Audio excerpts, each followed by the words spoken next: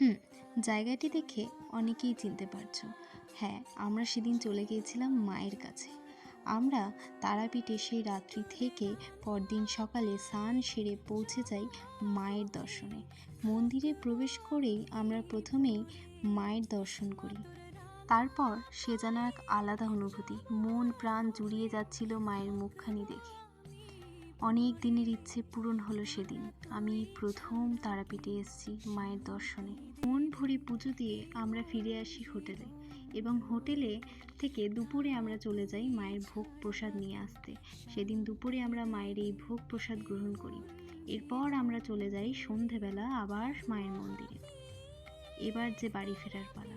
মাকে জানাই, মা তুমি ভালো থেকো, সকলকে ভালো রেখো, বারবার যেন ফিরে আসতে পারি তোমার কাছে।